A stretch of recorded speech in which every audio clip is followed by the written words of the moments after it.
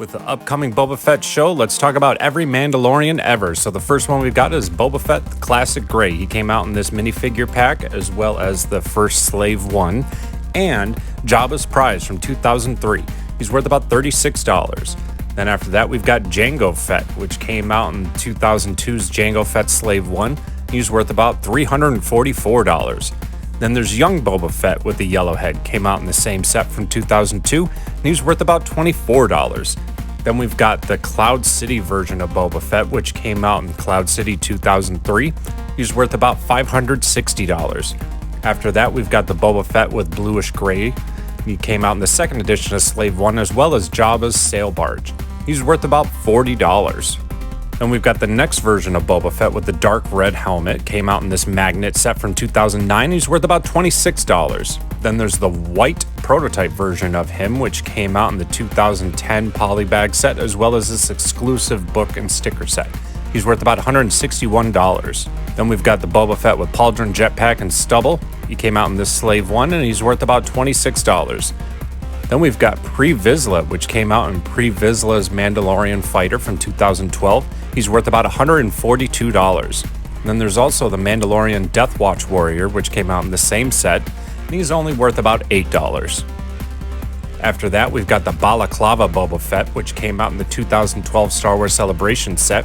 He's worth about $25. Then we've got Boba Fett with the bearded stubble. Came out in the Desert Skiff from 2012, as well as this watch set from 2015 and this other watch set. He's worth about $32. After that, we've got the itty bitty little micro version of Boba Fett, which came out in the Battle of Hoth set, and he's worth about $4. Then we've got the Mandalorian Super Commando, which came out in the Mandalorian Speeder. He's worth about $29. Then we've got the Mandalorian Super Commando with the high brow on his head. Came out in the same set, and he's worth about $32. Then we've got Young Boba Fett that came out in the 2013 Advent Calendar. He's worth about $6. Then there's Santa Jango Fett, which came out in the same set from 2013, and he's worth about $12. After that, we got another version of Jango Fett who's smiling. Came out in the Corporate Alliance Tank Droid set. He's worth about $44. And then we've got this bounty hunter called Reiko Hardin, which came out in this set from 2013. He's worth about $21. And then we've got the Obi-Wan version of him. Technically not him, but it's him in disguise, so we're going to count him for this. He's worth about $9. Then we've got Sabine Wren with the dark blue and orange hair. Came out in Ezra's speeder bike. And the Imperial Assault Carrier. She's worth about $22. Then there's the Boba Fett white modern style of him, which came out in this book, as well as this other book from 2018. He's worth about $28. Then there's the UCS printing Boba Fett, which came out in the UCS Slave One, and he's worth about $128 right now.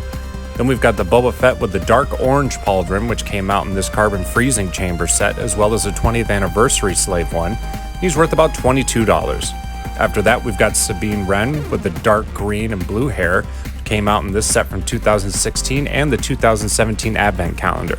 She's worth about $10. After that, we've got the Tan Hands clone head version of Boba Fett, which came out in the Desert Skiff Escape. He's worth about $27.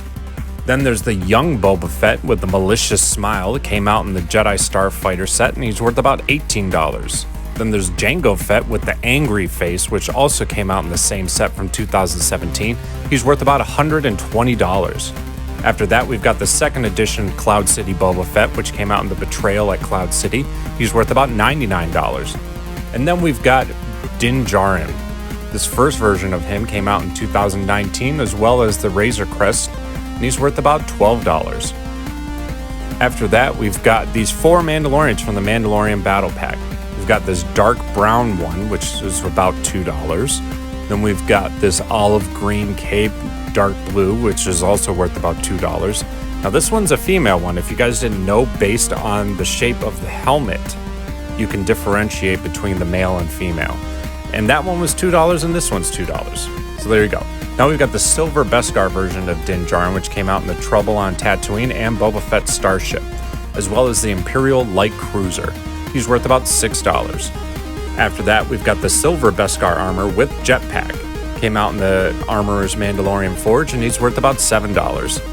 After that, we've got Paz Vizsla which came out in the Mandalorian Forge set. He's worth about $12. And then we've got the Armorer, which, you guessed it, came out in the same set from 2021. She's worth about $11. After that, we've got the Mandalorian Loyalist, which came out in the Mandalorian Starfighter. He's worth about $14. And then we've got Bo-Katan, which came out in the same set from 2021. She's worth about $16. And then there's Gar Saxon, which came out in the exact same set from 2021. He's worth about $17. And then most recently, we've got the Festive Outfit Din Djarin, which came out in the Advent Calendar from 2021.